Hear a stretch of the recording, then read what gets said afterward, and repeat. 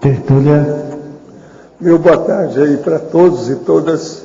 Hoje é dia 1º de novembro de 2012, quinta-feira. O verbete é de número 2465, tem 5 páginas, 49 elogios e 10 máximos. O tema é paraterapêutica do luto. A especialidade é paraterapeuticologia. Quem redigiu o verbete aí com muita classe e muita dedicação técnica, a nossa professora Regina, que está ali assessorada hoje pela Malu. Entende? Agora, a definição. A paraterapêutica do luto é o conjunto de posturas e ações profiláticas, educativas e remissivas adotadas pela consciência homem ou mulher ao lidar com o processo do luto pela dessoma de ente próximo, com base no paradigma consciencial e considerando o ciclo multiexistencial pessoal. A quebra da autopensionização orbitante em torno do próprio umbigo. Os passipensenes, a passipensenidade, a conquista da pensionização cosmoética libertária. A autopesquisa, confrontação e superação das imaturidades e ilusões. O fato inevitável da desativação do corpo físico. A relativização do sentimento de perda de alguém ou de algo. A doação de si mesmo. A autoestima e a capacidade de resiliência. A busca do sentido da vida. A espiral evolutiva. O vínculo grupo kármico. Saudável e equilibrado.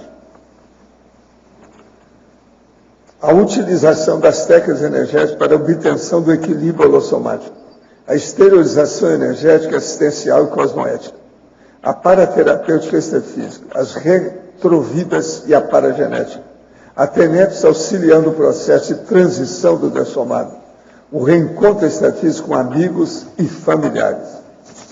Agora, nós temos aí, na argumentologia, o tópico sobre caracterologia, com 4 formas de vivência do luto pela consciência homem ou mulher, frente ao processo da dessoma dos entes queridos. No tópico da sintomatologia, tem 4 dos principais grupos de sintomas desenvolvidos durante a vivência do luto patológico.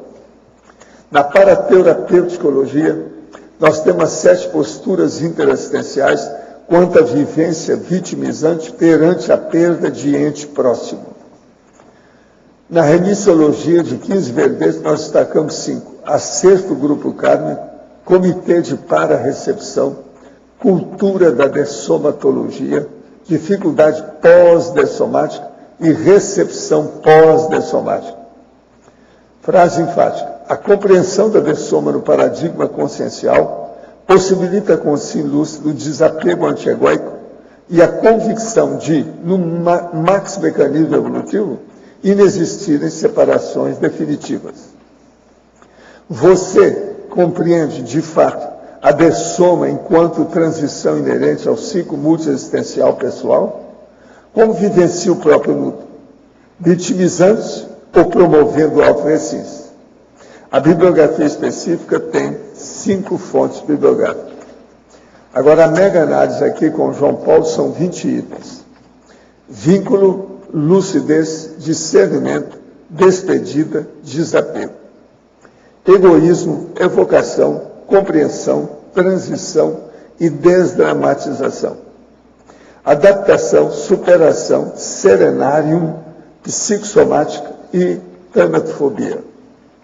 Consciência terapia, dessomatologia, grupo karmologia, paraterapeuticologia e reeducaciologia.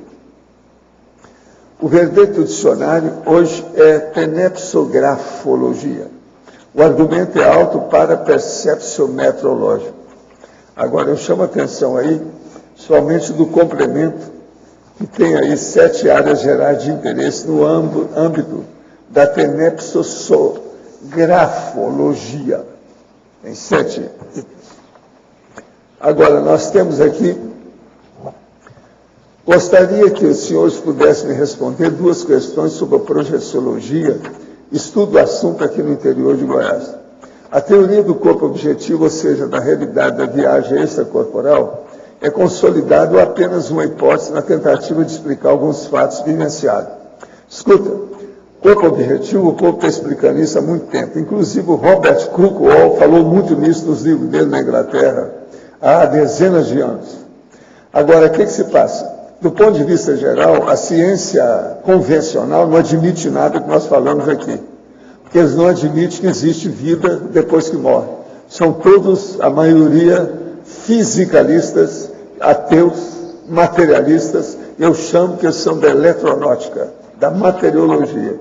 De modo que a maioria desse povo não entende nada disso, e não entende, não quer saber, tem raiva de quem entende. Igualmente, a divisão do holossoma, ou seja, energossoma, psicossoma, mentalsoma, são teorias feitas após observação deliberativa, sim. Nós usamos o princípio da descrença. Não acredite em nada, nem também no que eu escrevi ou o que eu estou falando aqui. Faça a sua vivência pessoal. Aí você tira as suas observações e manda a ciência convencional para aquele lugar, ou seja, para a holoteca, para o povo estudar o que é parapercepciologia. Por favor, poderia dar dicas de como participar e poder contribuir em algo no dia da mega euforização? Qual a melhor forma de me preparar para fazer parte à distância desse evento? O melhor é você relaxar e pensar no assunto na hora que nós formos instalar o campo de energia, que é às 13h45. Irei me formar em medicina esse ano e fazer a minha especialização dentro da residência médica. Penso posteriormente em fazer o curso de Psicologia e História. Gostaria de saber se é possível estudar de maneira altidata as duas disciplinas, ou o ideal seria fazer o curso de Psicologia ou História.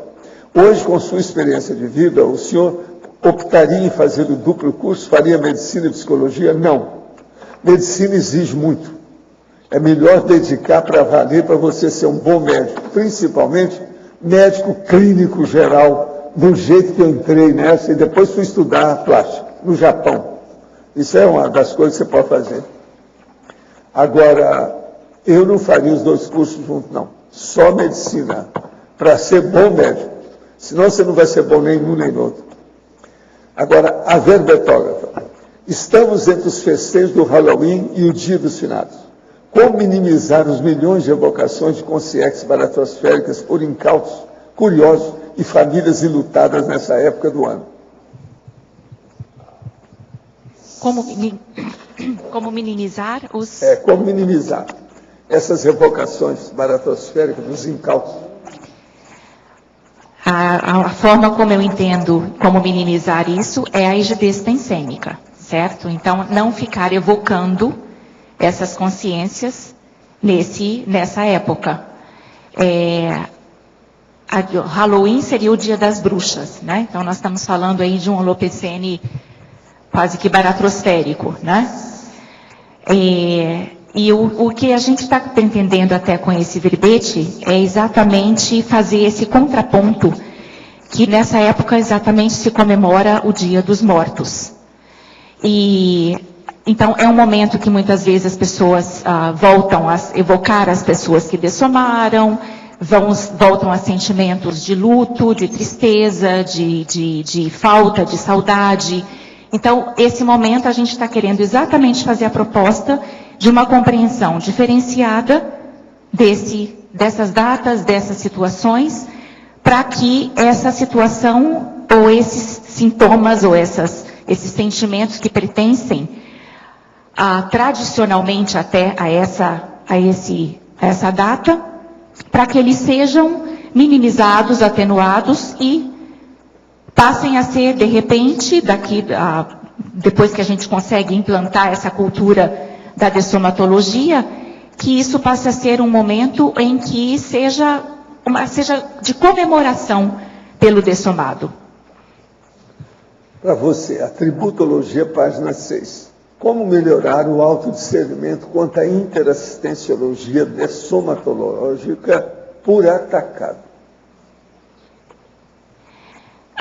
O que eu pensei aqui nessa interassistenciologia dessomatológica é o pensamento de liberação do dessomado, certo?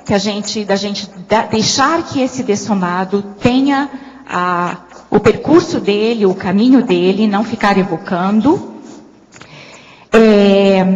Os pensenes qualificados, por exemplo, para quem faz TENEPs, os melhores pensenes para essas pessoas,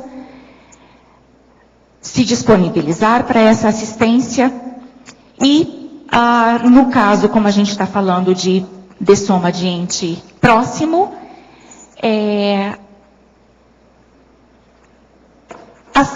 sentir-se grato pelos aprendizados que puderam ter havido na relação entre essas pessoas, ou entre o dessomado e entre os enlutados, ou aqueles que ficaram e aqueles que foram para a dimensão extrafísica. Um aviso para vocês.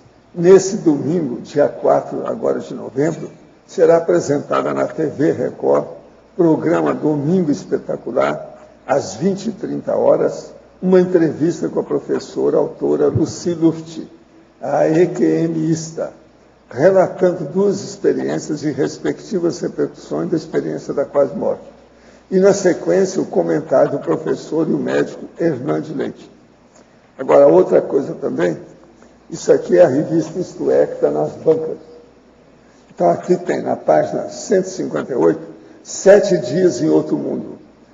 Um livro do neurocirurgião americano sobre o que viu e sentiu durante a semana que esteve em coma, reacende o interesse pela chamada experiência de quase morte, ou seja, a EQM.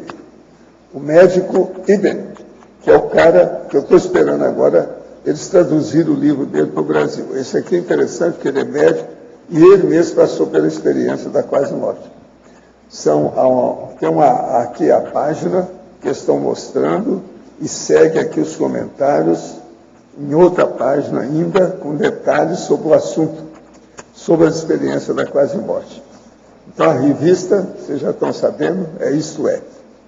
Agora, nós temos aqui hoje, vai ser o lançamento agora próximo, que eu tenho aqui, o lançamento em Foz do Iguaçu Intercultural, da autora Nara Oliveira, que é esse livro, Alto Beleza de Livro, sobre os processos de Foz e imigração. A data é dia 10 de novembro, o local de servimento, o horário às 19 horas. O preço do livro é R$ 39,00, até o dia do lançamento. Tem 15% de desconto, então fica por R$ 33,00. Quem for comprar, está lá na epígrafe, é 33 pratas só, tá certo? Agora, o livro tem muitas ilustrações e muito estudo.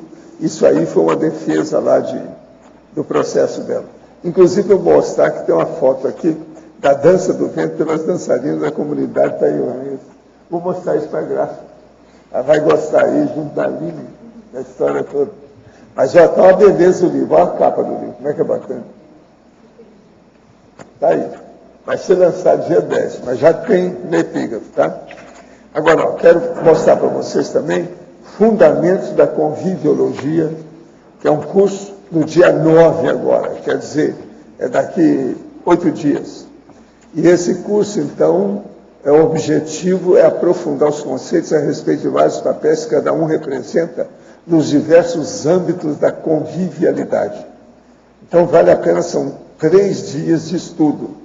E os professores são Mabel Pérez, Moacir Gonçalves, Marina Tomás, Mariana Nieto, Rosemary Salles, Roberto Kunz, Roberto Laime e Sandra Tornieri. Você vê que é um pugilo de estrelas nossas aí que vão dar esse curso. Outra coisa que eu quero chamar a atenção. Hoje nós estamos inteirando 193 neoverbetógrafos com 485 verbetes que já escreveram. Mais 7 neoverbetógrafos nós inteiramos 200, para chegar lá nos 500 que eu estou esperando, tá certo? Outra coisa, eu quero lembrar que hoje é a véspera do dia de finados. E nós estamos estudando aí, junto com a nossa Regina, para a terapêutica do luto. Nada disso foi feito de antemão. Coincidiu. Tá certo? Vocês já ficam sabendo desde já. Hein? Agora, outra coisa também. Nós estamos aí com o segundo laboratório grupal da técnica de mais um ano de vida intrafísica. Então, eles fizeram aqui o levantamento do povo que permaneceu, que participou. É uma turma do segundo laboratório. O total de alunos eram 20. Agora, é muito interessante que fizeram aqui o momento da mega decisão. Tem o nome da pessoa, o objetivo da meta e a data que a pessoa colocou, início e fim. O que tem? Eu não vou ler o nome das pessoas, mas eu posso falar o que é que as pessoas estão procurando nessa mega decisão. Acabativa do livro autobiográfico. Manter o projeto da técnica já iniciado. Trabalhar a anticonflitividade e a imperturbabilidade. Retomada da TENEPS. Concluir o mestrado, a docência e o voluntariado. Reconciliação e afetividade. Otimizar evolução, desapego, interprisões e recomposições. Cada um desses que eu estou falando é uma pessoa, isso é separado. Instalar o EV potente. Dar prioridade, estabelecer metas na área financeira. Otimizar a performance evolutiva e contribuir para a realização de GESCONs. Acabativa do livro. Docência, GESCONs. Desenvolver o parapsiquismo. Desenvolver o perdão. Tem uma moça que só está fazendo isso agora, quer desenvolver o perdão. Apresentar o verbete, enfrentar a autoexposição. Apresentar 3 verbetes, acabativa em artigo conscienciológico, educação da convivialidade e do bem-estar, aceleração evolutiva, domínio energético, docência,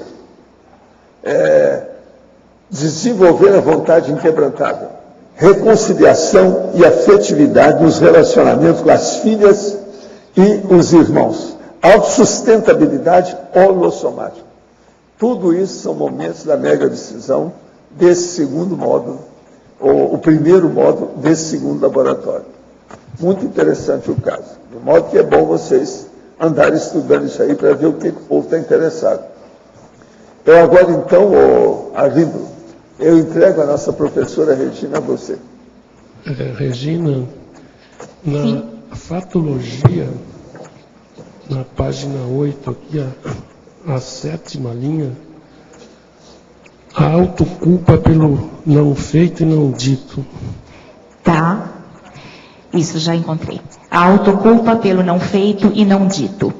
É o que a gente vê nos relatos de pessoas terminais e pessoas enlutadas, ou que já, onde o ente já dessomou, é uma autoculpa, certo? Por coisas que não foram realizadas, por coisas que não foram ditas, por reconciliações que não foram feitas.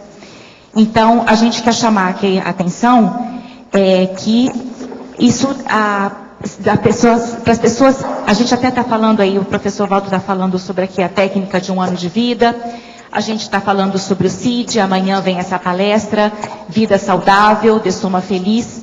Então, essa pesquisa e essa preocupação com o que ainda precisa ser realizado, ainda precisa ser dito na vida e para as pessoas, aqui no caso, né, no contexto do verbete, no relacionamento entre as pessoas, aqui geralmente pessoas entre família. Então, para que isso seja atentado, para que seja realizado, né? Agora, na parafatologia, a 5ª linha, depois segue os avisos antecipatórios da dessoma iminente. Sim, isso aqui também que a gente lê em relatos, né, de pessoas que fazem algum sinal onde elas mostram que elas vão dessomar. Então, tem, por exemplo, a pessoa, ela começa já a ter projeções, ela já sai do corpo e volta, então ela relata alguns encontros com algumas pessoas extrafísicas, que infelizmente muitas vezes são considerados alucinações, né? Não são tidos como realmente fatores exatamente pertinentes e pertencentes a esse momento. Eu me lembro de um relato de uma colega 2 semanas atrás. Ela estava com a mãe já estava no hospital há quase 1 semana, em coma, e na última meia hora, a mãe abriu os olhos, já havia, né, como eu disse, quase uma semana que a mãe mantinha os olhos fechados. Ela abriu os olhos, visualizou as pessoas que estavam ali, deu um sorriso e alguns minutos depois ela dessomou, né? Então, é nesse sentido que a gente está trazendo alguns relatos que a gente pode identificar que a pessoa, ela dá algum aviso, alguma percepção que identifica esse momento. Ok, obrigado. Estou pensando em comprar um aparelho para fazer exercício físico em casa. A dúvida é entre o elíptico e a esteira elétrica. Qual dos dois o senhor recomenda? Se for falar comigo, eu sou da esteira ergométrica. Agora, a marca que eu recomendo é Nordic Trek. Essa é a melhor. Liquida com qualquer problema. Nordic Trek. Vale a pena, porque essa é completa e exige você. Esse negócio do elíptico, a pessoa tem que fazer por ela, eu não acredito nisso. Não admito isso. É muito bom para quem tem incentivo, mas, como a maioria é boa vida, o ideal é a esteira, porque o cara subiu lá e tem que andar. É no tapa. Então, eu sou favorável à esteira por causa disso, que, ainda mais no Brasil, é tanta tapeação que tem que não dá, né? De modo que, Nordic Trek, essa é o máximo. Você vai ser obrigado a andar de qualquer maneira. A Nordic Trek tem mola de baixo, ela é diferente. Ajuda muito a saúde da pessoa. Agora aqui, a verbetógrafa. Em efeitologia, página 7, segunda linha. Poderia ampliar e aprofundar a relação do tema com o efeito profilático do afeto na infância e sobre como isso se relaciona com a dessoma, a paraterapêutica do luto? Por favor, mais uma vez. Efeito, página 7, segunda linha. Achei. Tá. Isso aqui eu quero dizer o seguinte. Bom, tem o conceito de a mãe suficientemente boa, é um conceito de Winnicott, que é um psicólogo, terapeuta inglês, né? Então eu faço aqui uma associação com o John Bowlby também, que eu trago aqui na frente. Agora, onde vamos ver? Bom, não tem problema, depois a gente acha.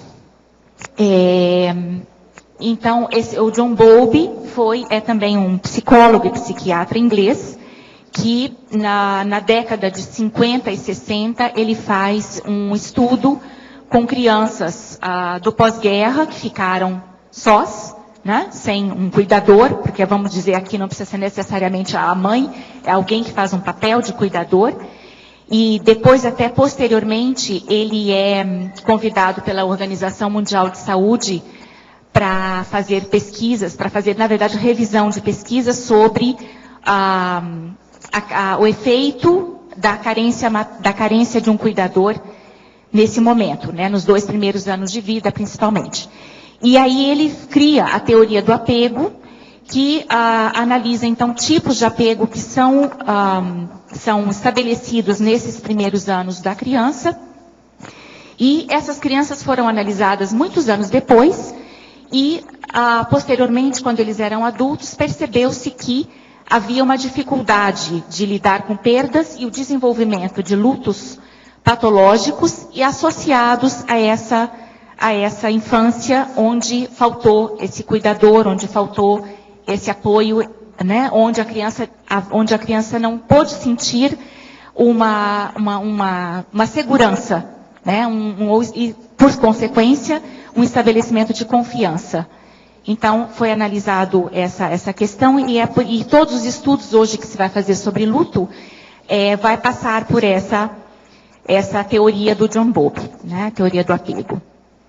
Tenho um irmão por parte de pai que dessomou 54 anos há menos de um mês, por câncer de pulmão, tabagista. Ele perdeu mãe, também de câncer, e ainda na adolescência. Como a carência gerada pode ter afetado o encurtamento da vida dele?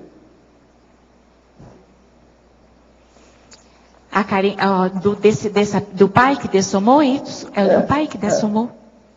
54 anos. Bom, eu não conheço a história dele, né? Pra gente A gente tem Pois que é, analisar. a tabagista né? morreu 54. Agora, Tá o fato de ser tabagista Ele perdeu a mãe também de câncer ainda na adolescência. Então, ele está falando sobre isso. Isso pode ter afetado essa carência.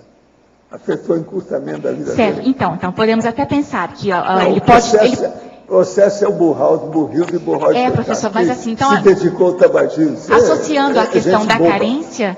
Associando a questão da carência, podemos até pensar que o desenvolvimento do tabagismo pode ter até sido em função dessa carência. Só que ele escolheu a via... Mas não foi só isso. Não foi só isso. Coisa, ninguém Podemos... fica se zantou desde a adolescência até os 54 anos por causa da carência. Sim. Não, o problema não é então, esse. aí é burrice mesmo e o vício do tabagismo. Aí é uma ignorância ele mantém. bem o tabagismo. O cara vem aqui e vira fumacê. Ele fica soltando fumaça. Gente, presta atenção, que burrice que é isso. O Freud era assim, tem um monte de gente por aí que andava com charuto na mão, tirava fotografia, ficava para a posteridade. Burrice total. Para mim, uma das coisas piores do tabagismo, ele emburrece a pessoa. Eu vi cara muito inteligente. De uma hora para outra eu vi que ele estava perdendo a inteligência dele. O negócio não era mais. Eu falava, ele custava entender o que eu falava. Aí eu fui ver, ele tinha começado a fumar. Piorou tudo. Sim. Então, o negócio não é fácil. A cognição. Com relação à tenepsografologia, o senhor nunca pensou em escrever um livro sobre suas autovivências tenepsológicas? Que isso poderia resultar? Olha, eu estou fazendo um livro que chama Dicionário, você está entendendo? De argumentos da conscienciologia, onde eu estou contando alguns processos meus desses. Outra coisa, nós temos aqui, toda manhã, já de algum tempo, uma mini tertúlia, aonde nós não gravamos nada, é só do povo aqui. Às vezes essa mini tertúlia tem mais do que esse total que nós temos aqui à tarde. Mas todo dia de manhã tem mais gente que tarde. Agora aí então, eu deixo o povo perguntar o que quiser para a gente abrir o jogo. Então eu às vezes relato a minha experiência. Hoje mesmo nós estávamos aí de manhã, quando apareceu uma dona, essa física, que estava precisando de assistência.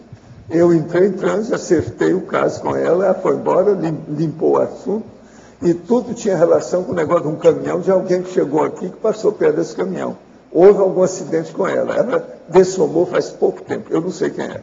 Valdo, aproveitar para essa pessoa que está interessada no tema, que no dia 17 de dezembro, você estará dando um curso aberto sobre a TENEPS. Então, é um curso no dia 17 de dezembro que abre o congresso de tenepsologia, para a pessoa interessada. Eu vou apresentar 2 temas básicos, certo?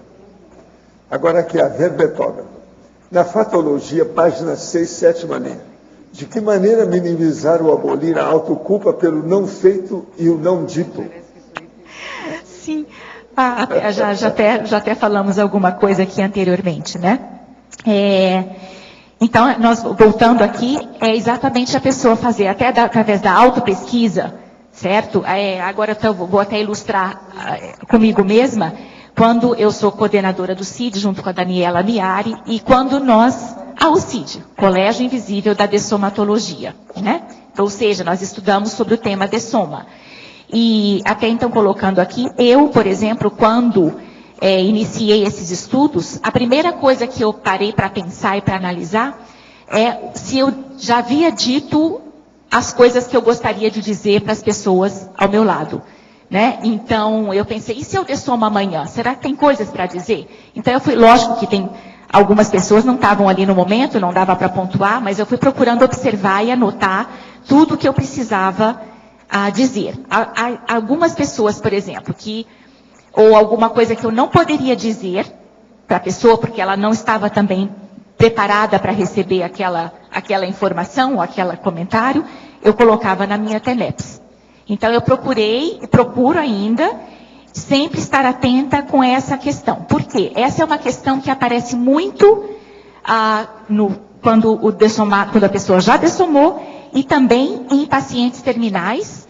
Às vezes, há até um prolongamento da vida desse paciente, até que ele consiga encontrar a pessoa X que vai chegar tal dia, para que aquela reconciliação seja feita e então ele possa dessomar tranquilo. Né? Então, é nesse sentido que a gente observar o que precisa ainda ser dito e ser feito.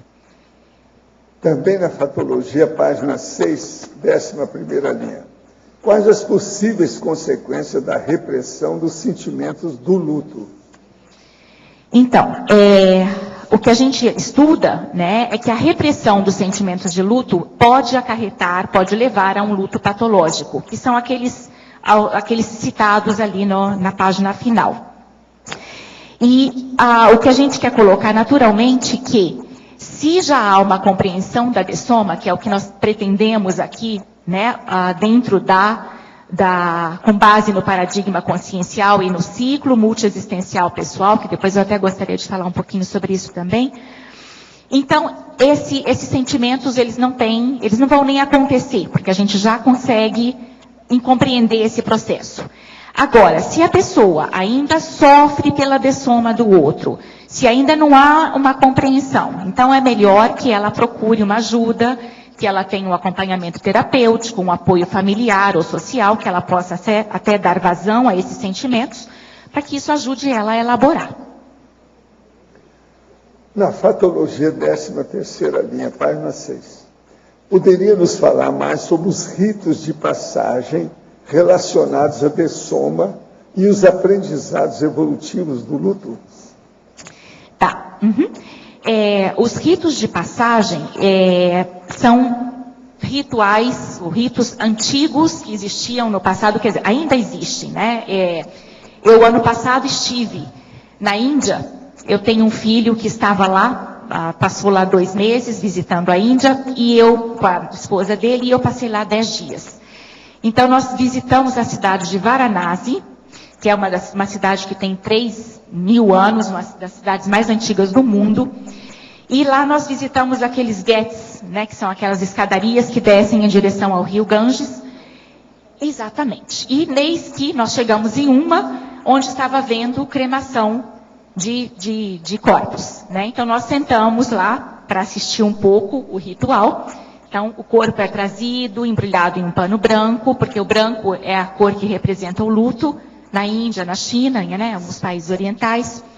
Então, o corpo é trazido, em alguns casos, ele é levado até a beira do rio Ganges, é banhado no rio Ganges, aí voltam, enrolam aquele corpo em panos coloridos, que parecem panos de fantasia de carnaval nosso, né? Enrolam aquele pano, montam-se a fogueira, né, como nossas fogueiras de São João, joga-se ali um líquido combustível, coloca-se o corpo ali, joga-se fogo, faz o ritual à volta do corpo, e depois que aquilo está 80% cremado, que não acontece totalmente, aquilo é jogado com um jato de água de volta para o rio Ganges, né? Então, quando eu escrevi isso aqui, eu pensei nesse evento. Então, são coisas que já não fazem mais sentido, né? Regina, eu queria aproveitar até aqui, Kátia. Você morou na Alemanha, né? Sim. Como que é a cultura do luto na Alemanha? Então, eu inclusive fiz um curso lá também sobre luto e perda, né? E ainda é muito sofrido, né? Apesar de que eles estão procurando amenizar, atenuar esse sentimento, mas ainda tem um extrafísico que é muito pesado ainda. É o pensene. Exatamente. Então, a gente vê que tem um trabalho na Alemanha de reurbanização nesse sentido muito intenso, né? Tá, e havia pergunta também dos aprendizados evolutivos do luto, que eu acabei não respondendo para outra pessoa anteriormente, né? É que esses momentos de dessoma, né, onde há uma concretude do fato, levam a pessoa a fazer algumas perguntas a si própria, né? O que eu faço aqui? Qual a razão da vida? Por que a gente existe? Enfim, essas perguntas clássicas de toda a história, né? E nesse momento, então, é uma boa oportunidade da pessoa fazer um balanço e verificar quem é ela, o que ela está fazendo, por exemplo, no caso de dessoma, onde há casos, às vezes, de dependência entre as pessoas, que a pessoa não se descobre porque ela dependia do outro, então, nesse momento, ela tem que se virar com os próprios recursos, então ela aprende, ela descobre habilidades que ela possuía, né? E E uma coisa que muito acontece é a pessoa sempre sai, quando ela elabora o luto, geralmente ela sai para um trabalho assistencial, mas de doação para alguma outra atividade. Aqui na fatologia, página 6, na 4ª linha de baixo para cima, você poderia falar sobre o período do luto enquanto possibilidade de acariações entre o grupo karma físico e extrafísico? Tá, então parece até um pouco com essa resposta anterior, porque exatamente esse período do luto, por conta dessas reflexões que podem vir, possibilitam essas acareações, né? E a coisa do extrafísico aqui, eu tive uma vez eu trabalhei uns anos atrás como terapeuta corporal, então eu tive uma vez uma cliente, digamos, e era uma psicóloga até conceituada na cidade onde eu morava, e ela chegou para fazer aula, a gente fez uma primeira aula, ela chegou na segunda aula, e uns 10 minutos passados da aula, ela sentou no chão e começou a relatar, sentei também, né? E ela começou a me relatar de um sonho que ela tinha tido com a mãe dela, né? E que tinha sido uma coisa muito importante, porque havia uma coisa havia um fato que havia ficado tinha ficado mal parado na relação entre as duas, e ela então, nesse sonho, elas se encontram e fazem uma reconciliação daquela questão que não havia sido resolvida na vida intrafísica, né? Então ela se sentiu profundamente grata por aquela oportunidade. E foi até interessante porque depois ela nunca mais voltou para fazer aula, nunca mais apareceu. E uns 5, 6 meses depois ela me ligou e falou: Regina, acho que eu preciso te pagar aquelas 2 aulas, né? Aí eu convidei ela para ir na minha casa, nós tomamos um café, e aí ela era psicóloga na linha humanista, então deu até um espaço para a gente conversar. Foi na época que eu comecei a estudar Conscienciologia, exatamente nesse momento, então deu para a gente conversar um pouquinho sobre isso, né? Foi bem interessante. Então eu quero colocar aqui que às vezes não houve uma possibilidade de reconciliação no intrafísico e que isso pode acontecer no extrafísico. Ela te pagou as 2 aulas? Eu não aceitei, não. Regina, aqui na letra A, página 6, fatologia. 2ª linha de baixo para cima. Os ritos de passagem relacionados a dessoma. Bom, eu acabei de... Você chegou agora? Não, mas você já falou sobre isso? Tudo que sempre tem gente. Tem retardatário, tem o povo de fora, tem uma opção de coisa. Repita se precisar 4 vezes a mesma coisa. Tá bom, ok. Então, eu estava contando aqui, esses ritos de passagem, isso na verdade, por exemplo, tem aquele livro tibetano dos mortos, né? Aquele livro é um livro que relata muito sobre esses ritos de passagem, né? E eu estava contando exatamente de uma experiência minha na Índia, onde eu presenciei uma cremação, né? A olhos vistos, face to face. E foi uma experiência até bem interessante, bem rica, eu achei. Então, eu estou contando como foi o ritual e como que esses rituais ainda acontecem. Por exemplo, na África também, eu assisti um programa esses dias, como que isso ainda é muito valorizado nas culturas, né? Exatamente. Então, onde tem o corpo fica lá 3 dias e as mulheres choram, elas fazem, na verdade, um escândalo. Nesses países, na maioria desses países, os costumes superam as leis. O que manda lá são os costumes, exatamente. As leis são secundárias. Exatamente. Né? Então é isso que a gente está fazendo aqui, como que ainda existem esses ritos, ainda são cultuados esses ritos, com base nos costumes, na cultura, né? E precisa haver uma atualização disso, né? Professor Walter. Com todo respeito, né? Só um parênteses aqui, cosmoeticamente falando, com todo respeito a esses ritos, mas já podem ser atualizados. E professor, aqui no DAC, no enunciado, evitaciologia. senhor fala que a gente não pode envolver os nomes dos assistidos em registros, né? Os nomes, sim, eu compreendo, para ninguém nunca ficar sabendo. As evocações espúrias. Mas aí, se acontece um fenômeno, para a gente não perder aquilo, como é que o ideal para fazer um registro? Você conta o santo, não fala. Não, é sem o nome. Fala o milagre, mas não fala o santo. Sim, mas é que você fala que envolva os assistidos. Aí eu pensei assim, que não pudesse você nem deve colocar... evitar envolver qualquer pessoa nisso. Você não percebe, hoje mesmo você estava aí de manhã? Sim. Eu falei do assunto, não falei nada de ninguém. Você acha que eu não sei alguma Lógico coisa sobre aquela mulher? Lógico que sabe. É isso que você tem que fazer, a gente tem que bancar, começar a ser o serenão. Fazer anonimato das coisas, esconder, boca de siri. Tem coisa que você não vai ajudar ninguém. Agora, são as evocações espúrias e deslocadas. Profilaxia, mega defesa geral. É a profilaxia, está escrito aí. Mega defesa geral, quer dizer, isso é para todo mundo. É a prevenção. Isso é muito importante. Então é o nome, o A resto inocência só é boa para o acusado. A autocognição é boa para todas as consciências. Olha só o conceito que está aqui.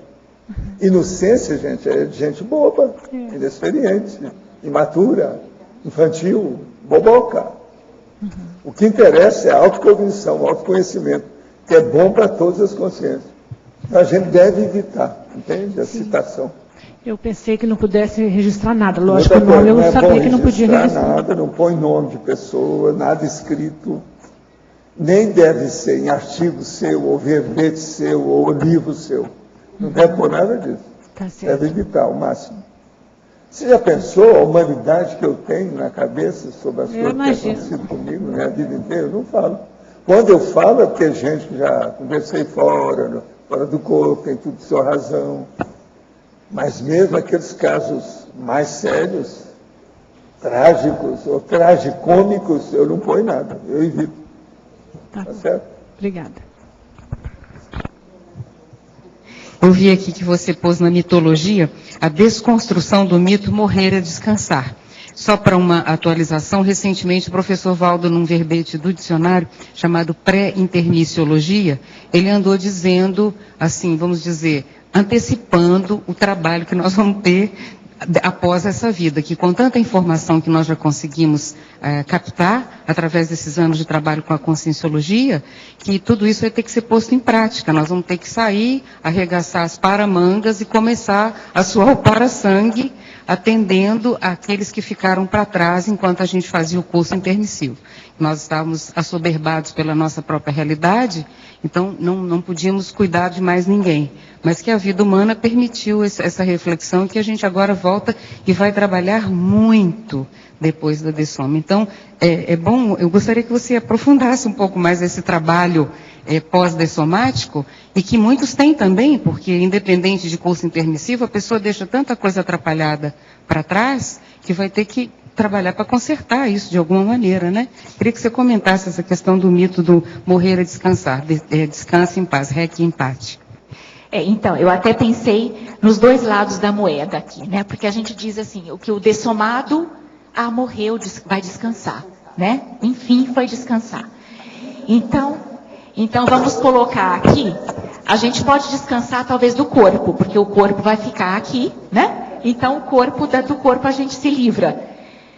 Agora, a gente vai levar o nosso psicossoma, o nosso mental soma, o nosso energossoma até um certo ponto. Então, o que vai estar registrado lá são as coisas do nosso psicossoma. Então, não dá para dizer que nós vamos descansar, certo? Nós temos aí, cada um vai ter o seu trabalho para ser feito depois da sua dessoma, né? Então, esse é o lado do dessomado, né? E aí vem a questão também da assistência que nós vamos fazer, como que é o tema da pauta no momento, né? Que nós vamos exatamente, o objetivo, se nosso objetivo é assistencial, então a gente vai ter aí que trabalhar com aqueles que ficaram para trás, que só cada um vai fazer o resgate daqueles que te pertencem, da sua equipe, da sua turma, né? Então, de descanso, não tem nada. É arregaçar as mangas mesmo. Maria Regina, aqui no A, fatologia, sexta linha, de cima para baixo, no meio da linha. A relação entre o luto e a etologia. Então, esse aqui também é um conceito de John Bowlby, que observou, ele foi fazendo o conhecimento das reações das crianças em relação ao apego, através do estudo, que a etologia é o estudo do comportamento animal, né? Então, ele fez essa observação de como os animais lidam com o luto, e daí ele fez uma associação como a criança reage à perda. Porque, lógico, a criança tem muito comportamento instintivo ainda, né? Ela ainda não tem a cognição para entender exatamente a situação, o que acontece, o amadurecimento cognitivo suficiente. Então, ele faz, através desse estudo com a etologia, que ele também desenvolveu essa teoria do apego. Você viu se ele fala sobre os elefantes? No livro dele? Eu não conheço o livro. Não. Porque os elefantes têm um processo de luto muito sério. Sim. Isso aí eu andei estudando há muito tempo, muitos anos. Sim. Maria Regina, cachorros também têm um processo de luto, né? Agora, o elefante é mais inteligente, né? Então Sim. é um negócio sério. Sim. Tem muita memória. Tem, exatamente. Então é um negócio seríssimo. E eles têm uma vinculação diferenciada também, né? Entre o parceiro e filhos. Né? Você podia repetir o nome É Tânia ainda. Tânia o psicólogo é o John Bowlby. É John, né? Tá. John, Bowlby é B-O-W-L-B-Y. É um psicólogo inglês. John Bowlby. Teoria do apego. Se você coloca a teoria do apego, então você vai buscar todas essas informações. Tá, ok, muito obrigada. Professora, aqui no B, por favor. Geraldo. Eu estava aqui pensando no antagonismologia, o antagonismo vida intrafísica, vida extrafísica. Normalmente a gente está falando aqui, naturalmente, das pessoas que ficam, né, do luto das pessoas que ficam. Você podia ampliar um pouquinho a questão do luto das pessoas que foram? Porque, naturalmente, elas estão do outro lado, no extrafísico, também enlutadas, porque, de alguma forma, eles perderam também os amigos, não tem mais comunicação, enfim, né? Esse tipo de coisa. Né? Eu não sei se cabe nessa questão aqui do antagonismologia, né? Tá, mas nós podemos pensar em alguma coisa. Aí nós vamos pensar aqui, já que a ideia é tratar mais da coisa do luto, mas tudo tem uma correlação, né? Então vamos pensar a postura daquele que fica, então vamos pensar daquele que está aqui na vida intrafísica, vai influenciar na consciência que dessomou, tá? Então a questão da evocação, né, que já foi trazida aí também, o evitar exatamente a evocação para que essa consciência, porque a gente não sabe para onde ela foi, a gente não tem ideia exata de em que condições ela se encontra. Então, vamos pensar o que nós podemos fazer aqui como atitude profilática e assistencial para essa consciência, né? Então, a questão da evocação, não evocar, certo? Permita, libere, autorize que essa consciência siga o seu processo, né? E envie os melhores pensenes. A gente tem aí também, em algum momento, eu digo, a máxima da conscienciologia, que aconteça o melhor para todos, né? E colocar na mão dos amparadores e ter confiança. Deixa eu só contar uma outra questão em coisas de evocação também, só para a gente observar isso. Um dia na Alemanha, né, eu peguei um táxi para ir até a estação de trem, e como uma boa brasileira, a gente puxa papo, né? Então, conversando com ele me perguntou o que eu estava fazendo na Alemanha, porque eu tinha morado lá. Aí eu contei para ele que eu havia feito um curso de luto e perda, e ele virou para trás na mesma hora, ficou interessadíssimo. E até nós chegamos na estação de trem, ainda ficamos eu tinha um pouco de tempo, quase mais 10 minutos no carro, conversando, né? E aí ele me contou que a mãe dele já havia dessomado há 3 anos, mas que ele morava com a mãe, e ele não conseguia fazer esse luto de jeito nenhum, ele sentia muita falta dela, E aí ele me falou, eu fui perguntando. E aí ele me disse que ele conversava com a mãe dele sempre, que ele tinha a certeza que a mãe dele estava lá, ele tinha a percepção da mãe, e a mãe estava dizendo para ele o seguinte: você precisa me deixar, você precisa cuidar da tua vida, eu tenho que seguir a minha vida agora. 3 anos após a dessoma da mãe, né? Então, eu pensei em trazer esse caso aqui, porque eu falei, isso é interessante para as pessoas pensarem que essa evocação e esse apego, né, e essa dependência, isso é prejudicial para a consciência que dessomou. Ela estava pedindo para ele que ele a liberasse, né? Então, eu perguntei para ele se ele não poderia pensar em doar as coisas dela, em sair daquele apartamento, que ele começasse a pensar nessas possibilidades, né? Então, só para complementar aqui o quanto que é importante a gente estar atento com essa questão da evocação. Gostaria de saber se o autoencapsulamento pode dar a sensação de esfriamento no soma, ou em parte do soma, ou somente nas pernas.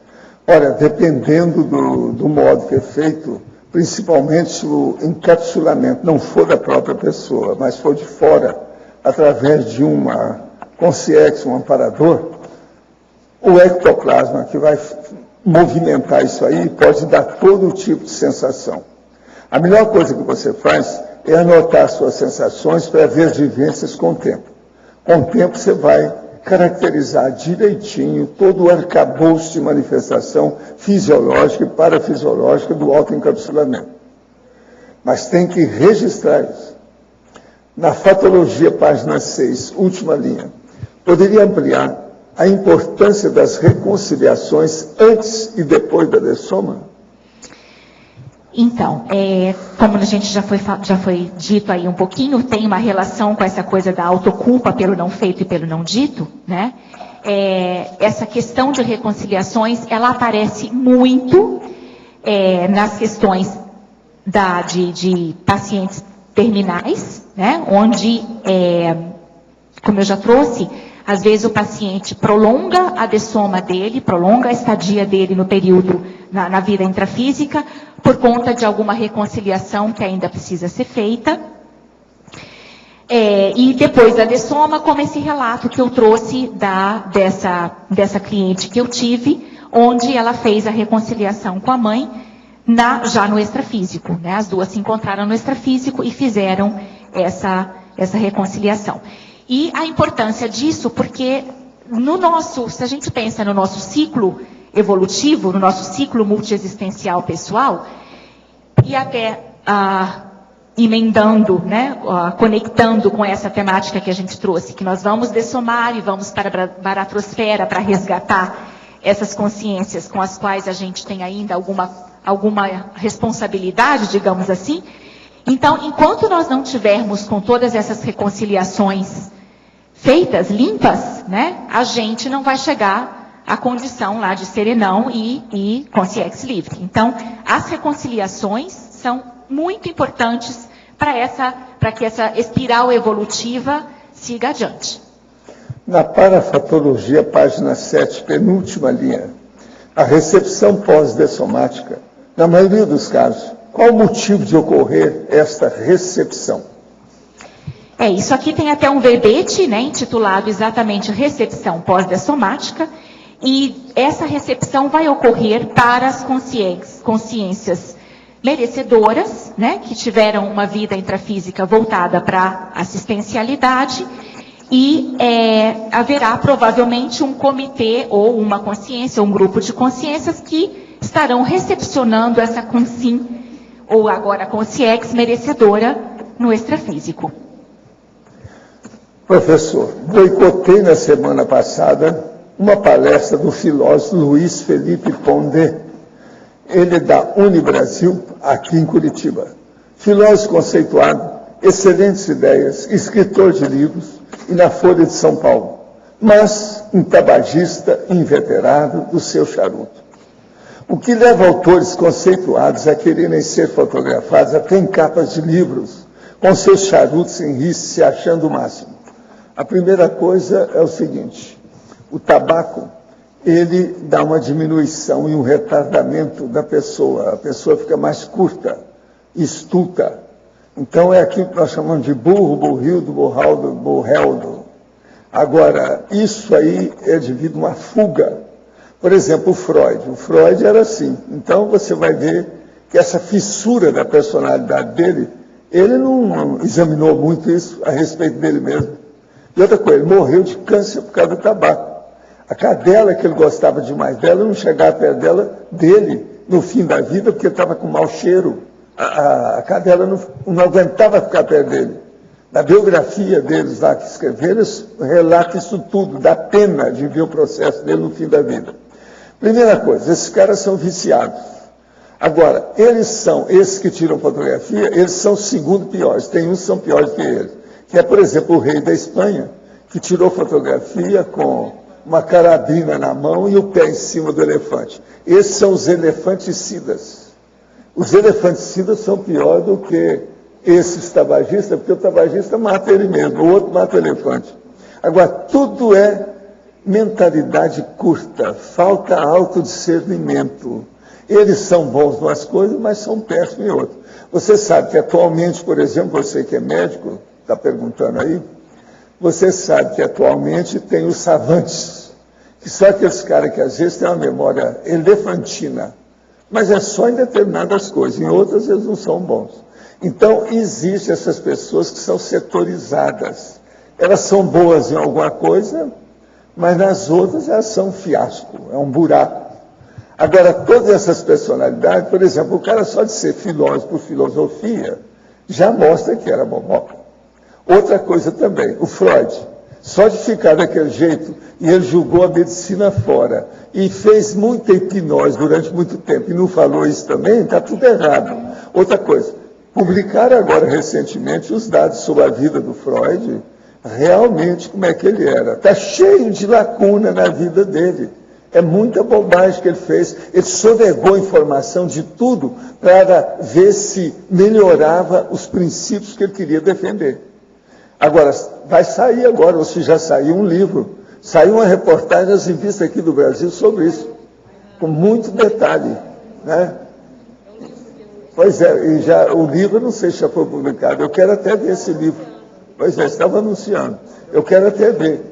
Agora, o Freud é o caso clássico, porque ele é tido como o ícone, como o ídolo dos tabagistas, o Freud. Porque por todo lado ele tinha uma cigarrilha ou um charuto ou alguma coisa na mão. Agora, depois daquele cara que coloca o pé em cima do elefante e fica com a carabina na mão, esse é o pior. Em segundo lugar, é o tabagista que fica. Agora veja, o cara na área da saúde, tirar fotografia e colocar fotografia com ele fumando, sujeito à área da saúde, como é que é possível uma coisa dessa? Então vocês veem que não é só o cachorro lá da sua casa que é burro, não. Tem muito ser humano, ó, que anybody home, às vezes não tem ninguém lá dentro. Professor Valdo? Sim. Imagem, né, Valdo? Com a imagem do intelectual, porque tem toda uma composição do tipo, né, para tirar com charuto. É um personagem. É o processo da ciência convencional. É um personagem. Agora, o outro também que é da ciência convencional é o vinho. Por que os caras não mandam a turma chupar uva? Não, eles falam que deve ser o vinho, porque estão ganhando dinheiro com aquilo, devido à indústria do vinho. Enólogo. É uma vergonha isso tudo. Agora, veja, hoje já tem gente que está começando a raciocinar essas coisas. Isso não quer dizer que nós somos mais inteligentes, não é isso.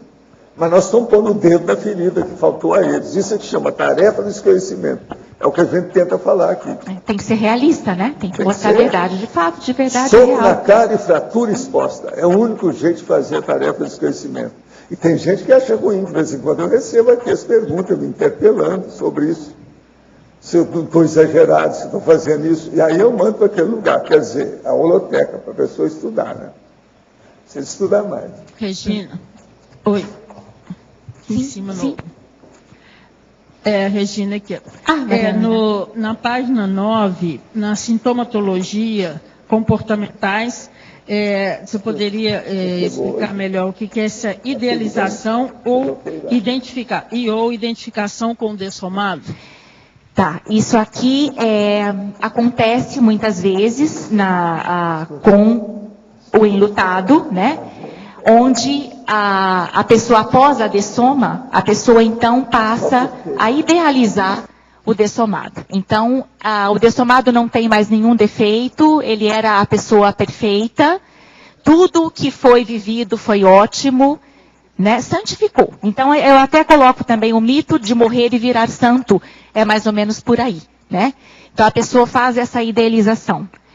E na identificação com o dessomado, o que acontece? A pessoa, porque ela tem medo de realmente perceber a ausência, a suposta perda, e para adiar a consciência dessa perda, então ela se identifica com o dessomado e passa a ter hábitos e comportamentos que o dessomado tinha, né?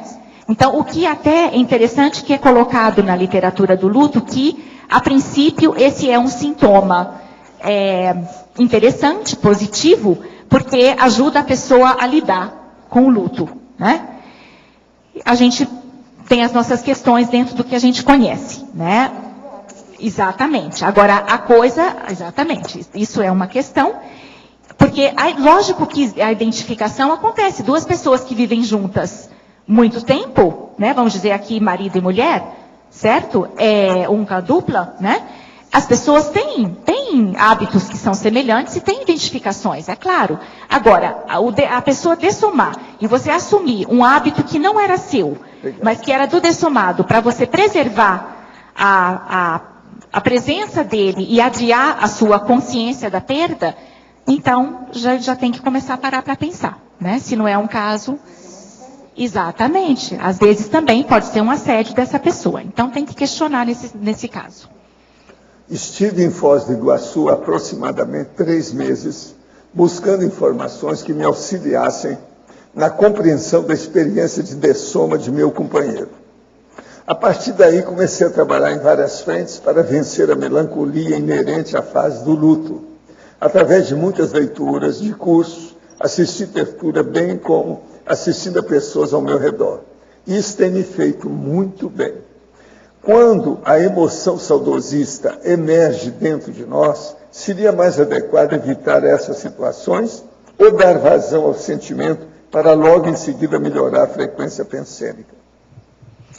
Eu colocaria aqui como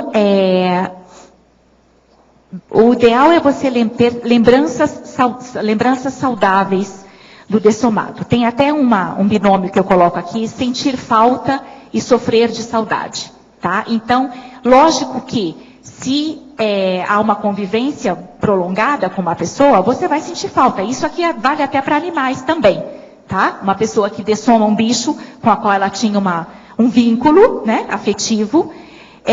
Então, esse sentir falta, sentir a ausência do outro, é lógico que isso vai acontecer. Agora, sofrer de saudade, a gente já começa a questionar, porque a saudade é exatamente essa carência da energia do outro, né? Então, é melhor que se pense no outro, preserve as boas lembranças, mas permita que esse outro seja liberado. Professor, faço TENEPS há quase 2 anos no horário das 3 horas da manhã. Cogitei trocar de horário, mas não cheguei a implementar a troca com o amparador. Nessa mesma época, passei por uma fase emocional muito difícil, ocasião que pedi reforço aos tenepsistas. Observei que, a partir dessa oportunidade, meu amparador passou a levar muito tempo para se fazer presente em nossa TENEPS, e inicialmente achei que havia trocado de horário. Então, compareci no novo horário e a demora se repetiu. Estou fazendo o curso do Conscienciograma, faço o EV 20 vezes por dia. O que poderia estar acontecendo? Poderia comentar? Não. Aí deve ter havido algum processo de entrou areia.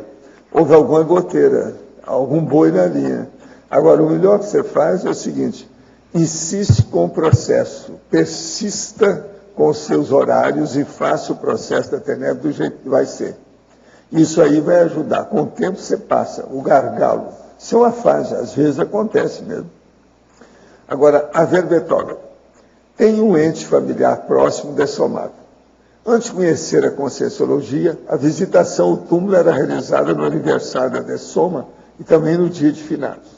Após conhecer a Conscienciologia, passei a evitar essa visitação e ir ao cemitério somente uma vez ao ano para fazer o pagamento ao jardineiro que cuida do túmulo. Qual o melhor procedimento em relação ao túmulo dessomado familiar próximo? Visitação, os cuidados de limpeza ou manutenção do local? Bom, a gente opta hoje, a gente vai pensar hoje em cremação, né? Mas se é enterrado, né, tem o túmulo, eu sugeriria então manutenção do local. Porque se a gente vai pensar bem, amanhã é dia de finados, então as pessoas usualmente vão aos cemitérios levar flores para essas pessoas. De repente, se a gente vai parar para pensar aqui no nosso ciclo multiexistencial pessoal, pode até ser que essa pessoa já ressomou, né? Então essa pessoa já ressomou e a gente ainda está lá levando flores para ela.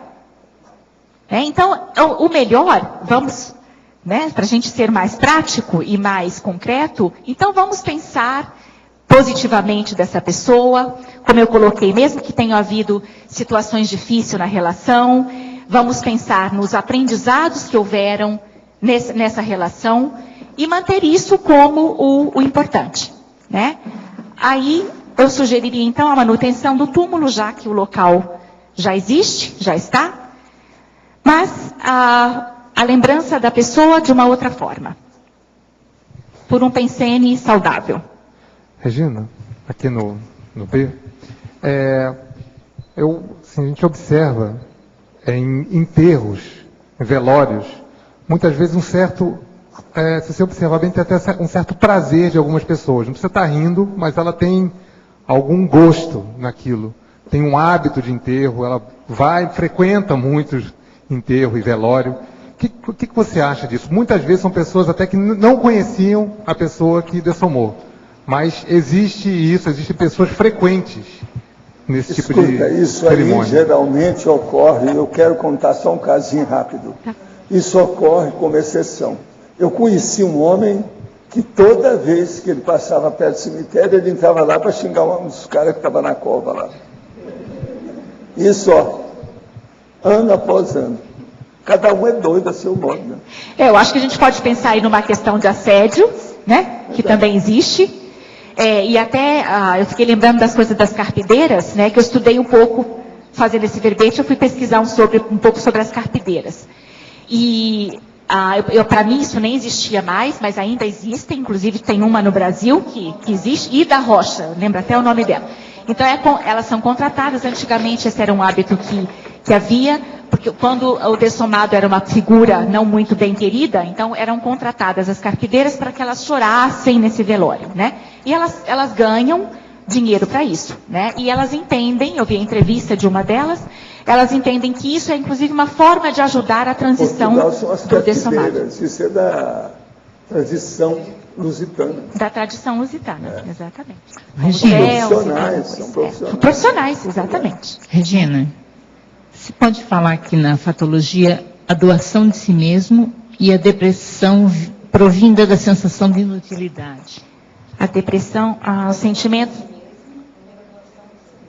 E a depressão provinda da sensação de inutilidade. Tá, a doação de si mesmo, que eu quero dizer aqui, é que muitos relatos que eu li sobre enluto, né, e também de pessoas que eu conheci, a forma que elas encontraram de lidar com esse problema foi exatamente quebrando essa autopensionização orbitante em torno do próprio umbigo e trabalhando num projeto assistencial. Eu mesma tive um momento em que eu tive uma crise existencial e não aguentava mais girar em torno do meu umbigo e eu não conhecia a Conscienciologia ainda, morava até em Uberaba, foi logo nesse período que eu conheci, eu fui trabalhar no Hospital do Câncer.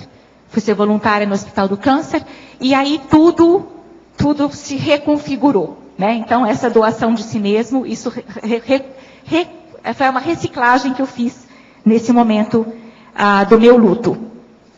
E a outra pergunta sua era a depressão provinda da sensação de inutilidade, que muitas das relações, quando as relações têm um caráter de dependência muito, às vezes até patológico, né? Muito doentio,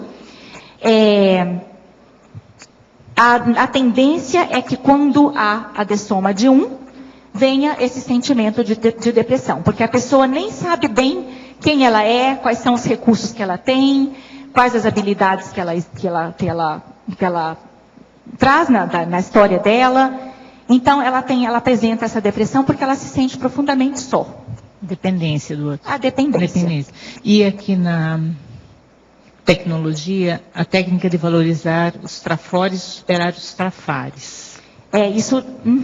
Isso também é a técnica de valorizar os trafores e superar os trafares. Então, vamos pensar aí também, até nesse processo de sair da vitimização, certo, para assistência. Então, é um trafar, por exemplo, que muitas pessoas nessas condições apresentam, que é a vitimização, ou vitimar é o quê? Vitimar é causar dano a si próprio. Então, essas pessoas entram muito nesse pensene, nesse perfil, e a superar os trafares com um trafor. Então, o trafor, por exemplo, da assistencialidade superando a vitimização. Poderíamos exemplificar dessa forma.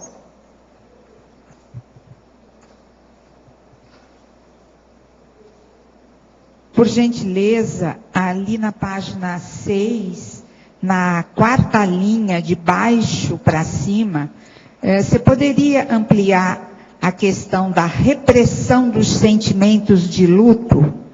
Você aí, em alguns exemplos, parece-me que você caminhou, mas eu gostaria de saber melhor. Isso está na fatologia, né? Isso, na fatologia. Quarta linha de baixo para cima. Tá. Então, o que eu já coloquei um pouquinho também, é que a repressão dos sentimentos do luto não é saudável. Tá? Então, quando a pessoa reprime esses sentimentos, a tendência é de se construir, de se desenvolver um luto patológico. Então, o melhor aí é que a pessoa procure um apoio, que pode ser familiar, pode ser terapêutico. Tem, por exemplo, na Alemanha, tem muitos e muitos grupos que nós vimos lá, que eu achei uma coisa muito interessante, porque esse tema tem vindo à pauta lá, o pessoal tem aprendido a lidar um pouco melhor com a questão do luto, ou estão procurando tirar o tabu que foi construído, né, por conta da própria história da Alemanha. Então, para exatamente dar oportunidade às pessoas de vivenciarem os sintomas. Então, se há compreensão, se ainda há sofrimento, se ainda não há uma compreensão saudável desse processo de separação, do ciclo multiexistencial pessoal, então é melhor que a pessoa não reprima e claro, dê oportunidade de vivência. Tá bem, obrigada. Parabéns.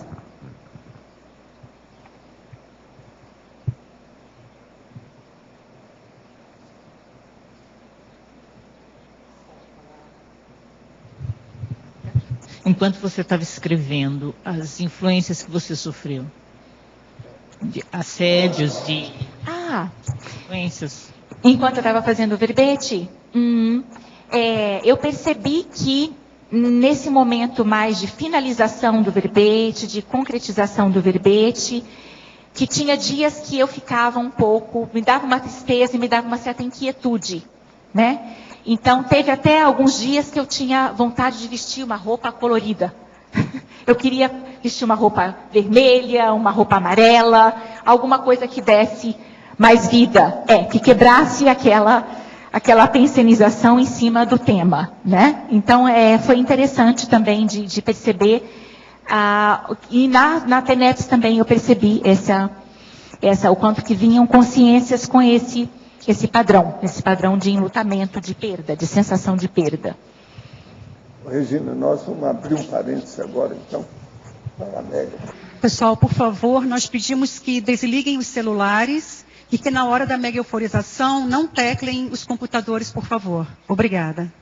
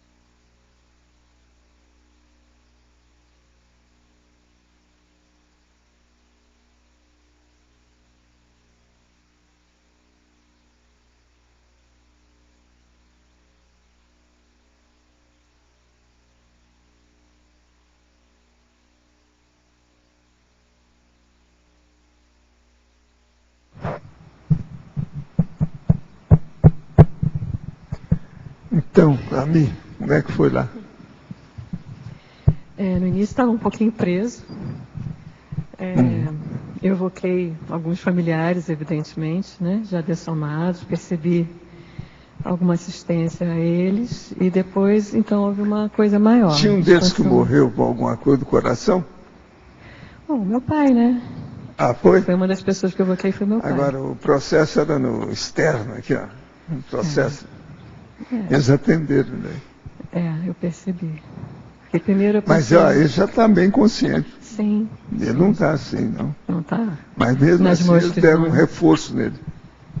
Agora, eu senti o negócio no externo aqui, ó. Não é bem no coração, é no externo.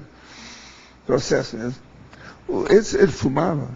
Não. Não, né? Não, mas ele tinha, os últimos 20 anos dele, ele tinha uma cardiopatia séria, coração bem grande. Ah, grande, então é isso, porque o processo me deu foi no externo. Eu senti direitinho, fiz a simulação. Bom, ele acabou dessomando com agora, 93 limpou anos. tudo dele, assim, os processos dele, eu percebi essa assistência a ele. Limpou tudo. Primeiro eu pensei no meu filho, mas meu filho acho que já está novo. Nem fez cosquinha, mas meu pai... depois eu achei que foi uma coisa mais ampla, assim, mais fraterno, né? Mais percebi a interação com... Você está se sentindo bem agora? Ai, muito. Tava difícil ali, viu? Ali estava difícil. Eles chegaram à tua perto de você, foi por causa disso, para fazer assistência. E você, como é que foi lá? Bom, eu tive assim uma serenidade tão grande, uma sensação tão agradável, tão serenidade mesmo, uma calmia. E o meu corona chakra se manifestou um pouquinho durante acho que um minuto, depois parou e voltou aquela calmia, uma calmia enorme, muita paz. Então tá foi bom. Muito bom.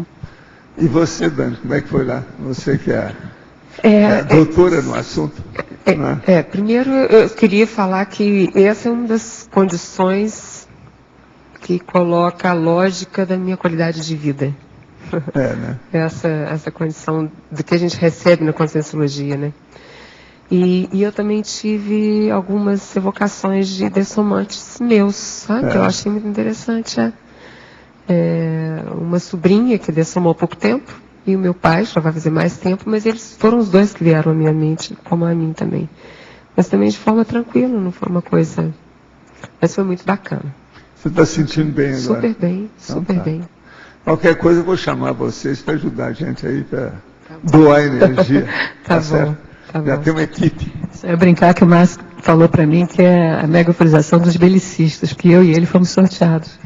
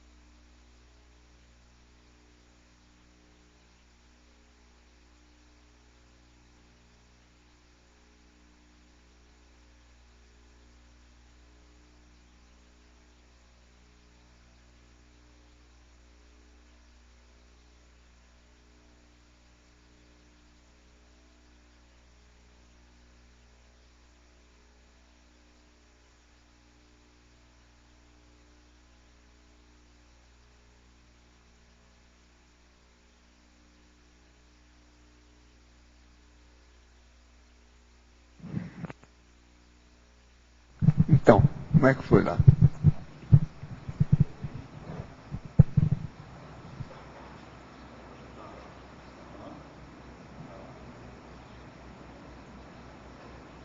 Desconhecido ainda. Bem no início eu senti bastante influxos, né? A energia vendo influxo, dava uns clarões. Agora eu estou me sentindo muito introspectivo, né? Parece que me fez voltar para dentro de mim, ficar pensando nas coisas assim, com uma tranquilidade íntima muito grande, sabe? Esse sentimento que me dá. Aí durante o trabalho eu percebi assim que tipo assim, a partir das energias que vinham, se expandia, eu mexia com pessoas, com consciência e tudo. Eu senti gente da Alemanha também sendo assistida, do contexto, mais ou menos assim. E você, como é que você foi lá, Geraldo? Bem, eu também senti essa tranquilidade, mas eu trabalhei bastante energia, muito banho de energético, né? Eu percebi muita exteriorização, ectoplasmia. O campo ficou gelado, mais gelado do que o ambiente. Tá entendendo? Alguma coisa trabalhada no meu laringo chakra. E é só para corroborar, da anterior eu também senti a mesma coisa que o senhor aqui no externo, né? Quando estava lá. Eles andaram ajudando muito aí. Foram várias consciências, foram assistidas. Foram assistidas. Né? Ectoplasma mesmo foi valer. Foi. Eu senti mais no externo. Foi justamente coração, aqui. Então aí quando é externo é porque pega os pulmões, pega tudo, sabe como é que é?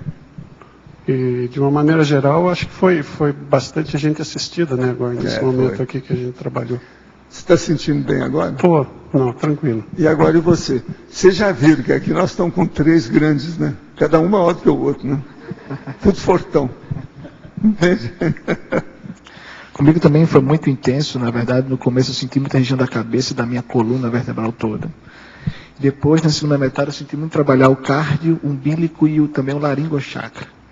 Né? Mas fiquei muito descoincidido e eu perdi muita noção de espaço. Aqui. Agora, ó, o que eu vi foi o seguinte, eu tive uma clarividência viajora, o lugar de uma praia muito limpa, a areia, eu vi os grãozinhos de areia, tudo limpinho, uma beleza, tudo limpinho. Eu não sei onde é que é. A praia estava deserta, mas eles estavam atendendo gente na praia, extrafisicamente falando. Entende? Agora, o que é interessante é que eu vi a areia da praia, mas parecia que eu estava lá. Deu vontade de pegar e escrever assim, né?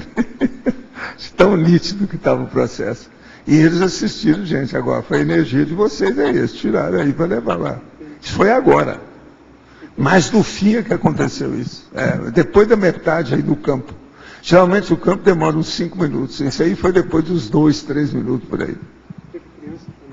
Tinha criança, extrafísica. Eles estavam, parecia, sabe o que é?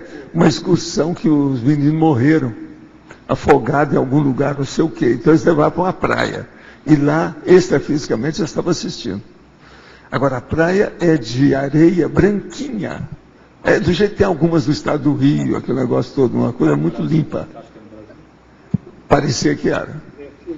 Fininho, e tudo limpinho, os grãos de areia branquinho, entendeu? Agora eu vi o negócio, eu estava olhando lá, eu estive lá na praia. Está entendendo o negócio? A clarividência viajou é muito rápida assim. Tiraram a energia de vocês aí, o negócio é esse. Vocês vêm aqui, tudo fortões, o que vocês querem? Vocês estão precisando o quê? Eu acho que vocês precisam, às vezes, se tiver até o peso. Aqui, se diminuir o peso, eu acho que vocês deviam até pagar.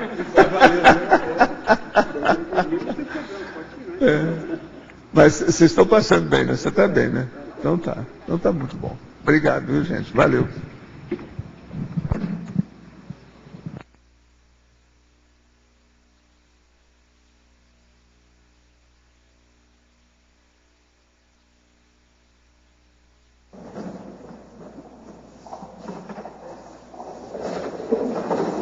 Eu retorno a nossa professora para vocês, tá certo? Professor Valdo, aqui no B, Malu aqui. Aqui no dicionário, né? Na página 35, no complemento, Daria para você ampliar um pouco mais a historiografologia? Historiografologia. O processo todo aqui é o problema a parte da TENEPS. Então, o que é que a gente deve fazer? Na questão da tenepsologia, é a pessoa fazer um diário da TENEPS dela. Isso ajuda, desde que ela evita colocar os nomes, aquele negócio todo. Mas ela vê como é que ela está se desenvolvendo do ponto de vista parapsíquico, com assistência. Então, por exemplo, qual a vivência dela com o amparador? Os tipos de assistência que ela acha que ela está desenvolvendo com o amparador?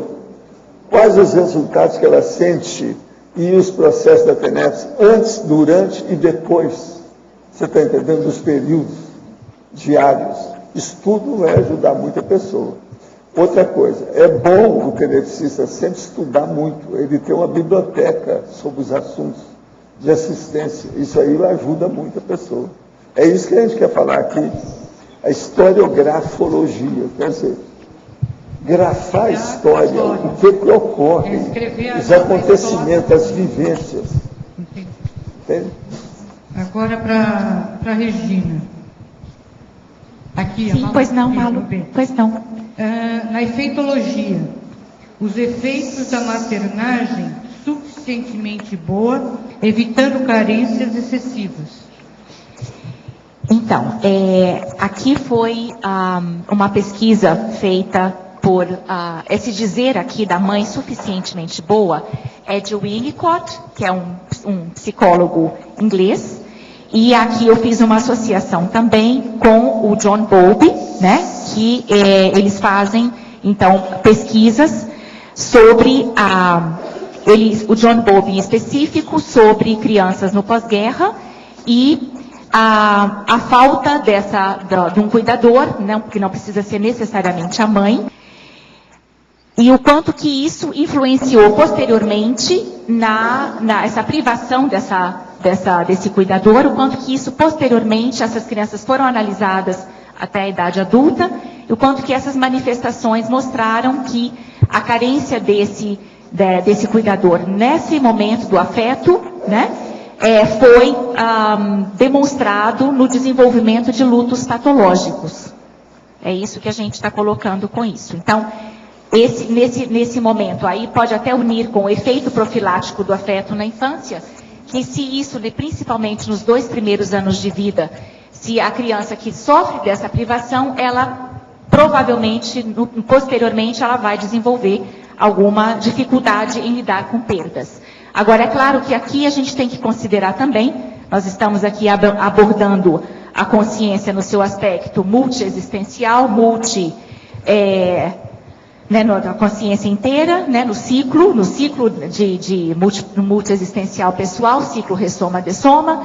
Então, a gente tem que levar em consideração também como foi, por exemplo, pode ser que nessa vida ela não teve grandes dificuldades em lidar com isso, mas em outras vidas, como que foi, por exemplo, a lidar com alguma perda que possa ter ocorrido. Então, tudo isso tem que ser posto na balança, né? Vou aproveitar que eu estou aqui atrás dela para fazer uma pergunta para ti, que eu não sei se... Oi, Fabiana. Eu não sei se foi falado, que eu cheguei mais tarde, mas a tua experiência sobre o luto atrasado. A perda que aconteceu e depois de um ano, a pessoa que não sentiu a perda, e depois de um ano e meio, ela, como se ela caísse em si. Sim, exatamente. É reações de luto que são adiadas, né? Que no primeiro momento, a pessoa não tem condições de enfrentar, então geralmente a pessoa desenvolve uma vida, por exemplo, até workaholic, ela tem atividades o tempo inteiro para que ela não pare para pensar na questão, né? Mas em algum momento acontece alguma circunstância que pode até nem ser uma circunstância muito marcante, mas que desencadeia todo o processo de luto. Eu lembro que eu tive uma paciente na psicologia, ela já tinha seus 30 e poucos anos, e ela tinha perdido o pai quando ela tinha 8. E por conta da postura da mãe, que não permitia que se conversasse no assunto e que tinha todas as suas dificuldades com aquele luto, ela não pôde também vivenciar. E quando nós fizemos a terapia, veio tudo à tona. Isso já era o quê? 20 anos mais tarde, praticamente, né? Então, o quanto que, se não há uma compreensão ainda, digamos aqui nessa proposta que nós estamos trazendo, né? Então é melhor que a pessoa viva os sentimentos que pertencem a. Ok, obrigado. Valdo, aqui. Em relação à mega euforização, você percebeu alguma coisa relacionada a extraterrestre ou a Finlândia? Processo lá da Finlândia? Não.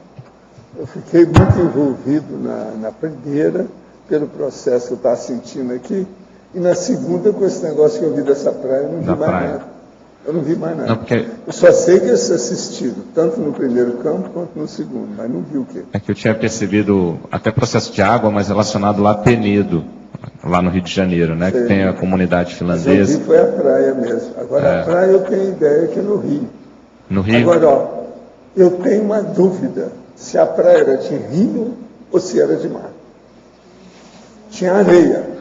Eu cheguei a ver areia, cheguei a ver o processo de água, mas para mim era... rio que tem areia clara. Não era de praia. Lá o negócio é muito claro. Uma beleza. Sabe o local que eu vi. Agora, eu olhei assim, eu vi bem areia na minha frente, viva, aquele negócio. E molhada, quer dizer, tinha água pertinho. Eu cheguei a ver uma cena parecida com essa, só que mais curto, só que eu associei lá com o processo de riacho, cachoeira e tal. Agora, eles fizeram muita assistência. Agora, eu já sabia que isso ia acontecer. Você sabe por quê, né? Finados. Por causa do tema, né? É uma choradeira generalizada nessa época. As vésperas de finado é um problemão. E ela, tocando em luto, o que você queria? Eu já sabia que ia ter alguma coisa. Por exemplo, esse caso que aconteceu de manhã com essa mulher que teve aí também, foi isso. Ela dessomou faz pouco tempo, eu falei de manhã. Eu acho que é importante pensar na coisa da questão do ciclo multiexistencial pessoal, né? Nos aprendizados que a gente pode fazer com isso. E nessa coisa mesmo de liberar a pessoa para ter a vida própria dela. Então, eu, por exemplo, posso citar... Tem mais 3 minutinhos? Como é? Tem. Tá. Eu, por exemplo, a vivência, eu tenho 3 filhos, então a vivência que eu tenho com meus 3 filhos me aprendeu muito a lidar com esse tipo de situação. Eu me lembro que tem 3 momentos, 3 dizeres, por exemplo, dos meus filhos. Um foi quando eu estava na véspera de ir para a Alemanha, que eu fiquei preocupada de deixá-los aqui e tal, apesar de que já são todos adultos. Mas ele falou, mãe, você já fez tudo por nós que você tinha que fazer. Vai cuidar da tua vida. Né? Então, assim, a forma dele me dizer isso é uma forma de eu também entender que eu tenho que liberá-los. Né? Então, esse é um aprendizado. Um ajuda o outro. Isso. Depois teve um outro momento em que ele falou para mim assim, mãe, que eu pensei hoje no que o senhor falou sobre a coisa da gente não sofrer pelo outro. Ele falou, isso com mãe e filha é uma coisa muito difícil, né? Mas ele disse, você não pode sofrer quando nós estivermos passando por alguma dificuldade, porque de repente faz parte do nosso processo passar por aquilo. Então você não pode sofrer, é porque se a gente está passando, é porque a gente tem que vivenciar aquela situação. Então esse também foi um ótimo aprendizado para mim aprender a lidar com essa situação. E o último, há 3 semanas atrás, isso veio ontem à noite para mim e eu achei que poderia ser interessante de colocar, né, esses 3 exemplos. Porque tiveram a ver com o meu processo de aprendizado para trazer esse tema. Nós conversamos sempre muito sobre coisas existenciais, transcendentais e tudo. Aí eu fui visitá-lo, me despedi, fui saindo, ele falou para mim, eu falei, tchau filho. Ele falou assim, eu não sou seu filho. Então na hora eu pensei, mas de fato, então a gente reconhecer, né, parar para pensar que, de fato, ele não é meu filho. Ele está aqui como meu filho. Ele não é o meu filho. Ele está como, e eu estou como mãe dele, né? Então, da gente pensar nas pessoas à nossa volta como consciências e não só no papel que elas representam. Então, acho que isso é uma mensagem importante para a gente lidar com esse processo de dessoma, de separação temporária dos nossos entes queridos.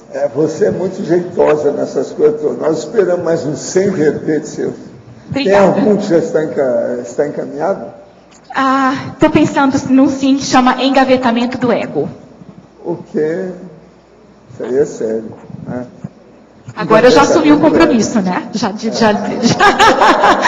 Agora tem que sair. Pronto. Semana que vem já vai enviar. Engavetamento feito pela própria pessoa, né? Não é o duplista, não, né? Não, engavetamento eu estou pensando. Engavetamento do ego. Pois é. Do ego. Mas é a própria pessoa que engaveta. Não é o duplista que está engavetando o outro, não. Muito bom. Regina, posso fazer nosso financiado. Obrigada. As pontuações da tertúlia de hoje foram 88 assinaturas no livro de presença, 14 perguntas presenciais e 19 perguntas respondidas online. Hoje temos 5 recados.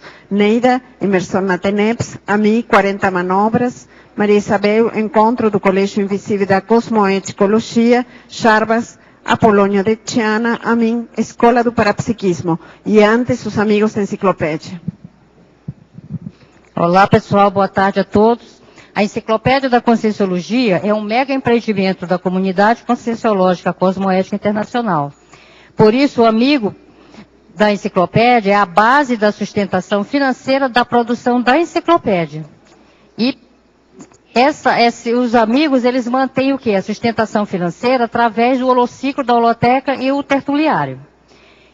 Estamos renovando o convite a todos os tertulianos e teletertulianos a se tornarem amigos da enciclopédia ou aqueles que já são, a renovarem a sua assinatura. E o que é preciso fazer? Liga para o CAEC através do telefone 45-3525-2652 ou quem está em Foz pode se dirigir à recepção do CAEC para efetivar a sua adesão. Muito obrigada e boa tarde a todos. Boa tarde a todos. Estamos aqui para convidá-los a participar da imersão na TENEPS.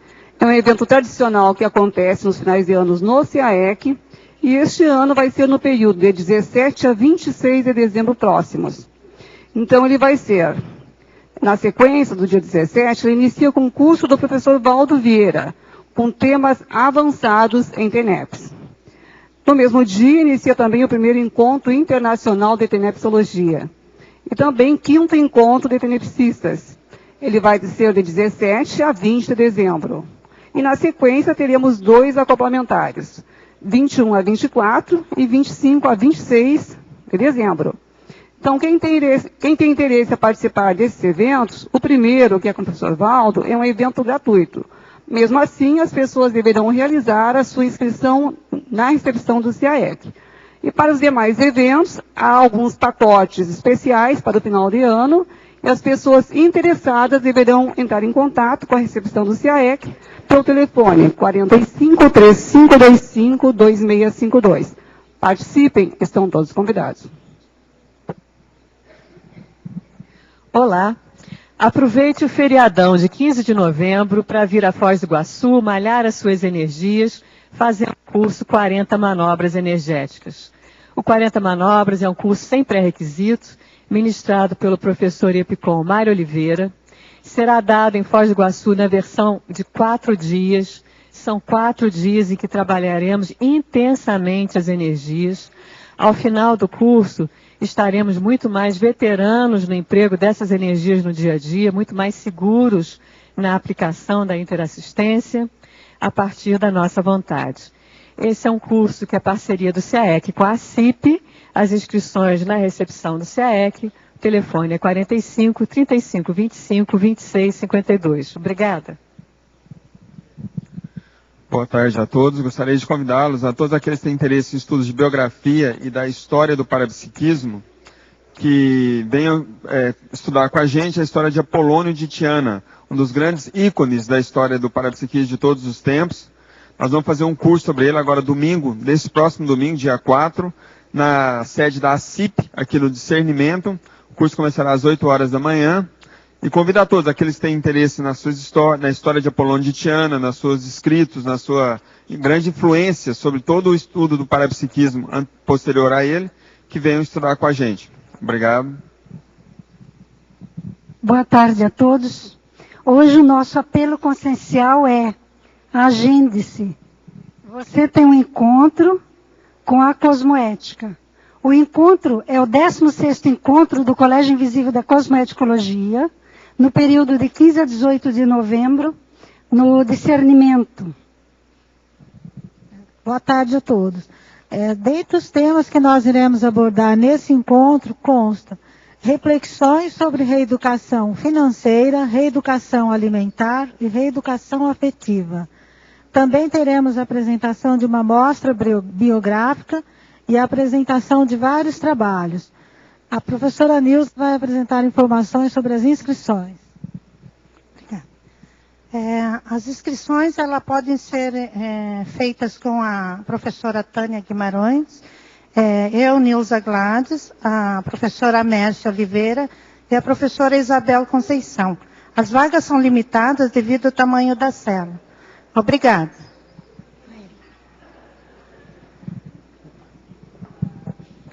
Boa tarde a todos. O nosso convite é para a 3ª turma da Escola de Parapsiquismo, que vai ter início em janeiro de 2013. É um programa para quem quer desenvolver o parapsiquismo. Ele é composto de 3 módulos que acontecem em janeiro, julho e dezembro. Nesses módulos acontecem campos energéticos com epicons, entrevistas com os epicons e professores e uma série de outras atividades energéticas. Entre os módulos, os alunos podem fazer na própria cidade onde eles estão. Também existem outras atividades, como as maratonas. A maratona da Assim e Desassim, maratona da clarividência, maratona do acoplamento energético, maratona do estado vibracional e outras. Então, quem tiver interesse, é só procurar a recepção do CAE, que as inscrições já estão abertas. O telefone é 45 3525 2652. Obrigado.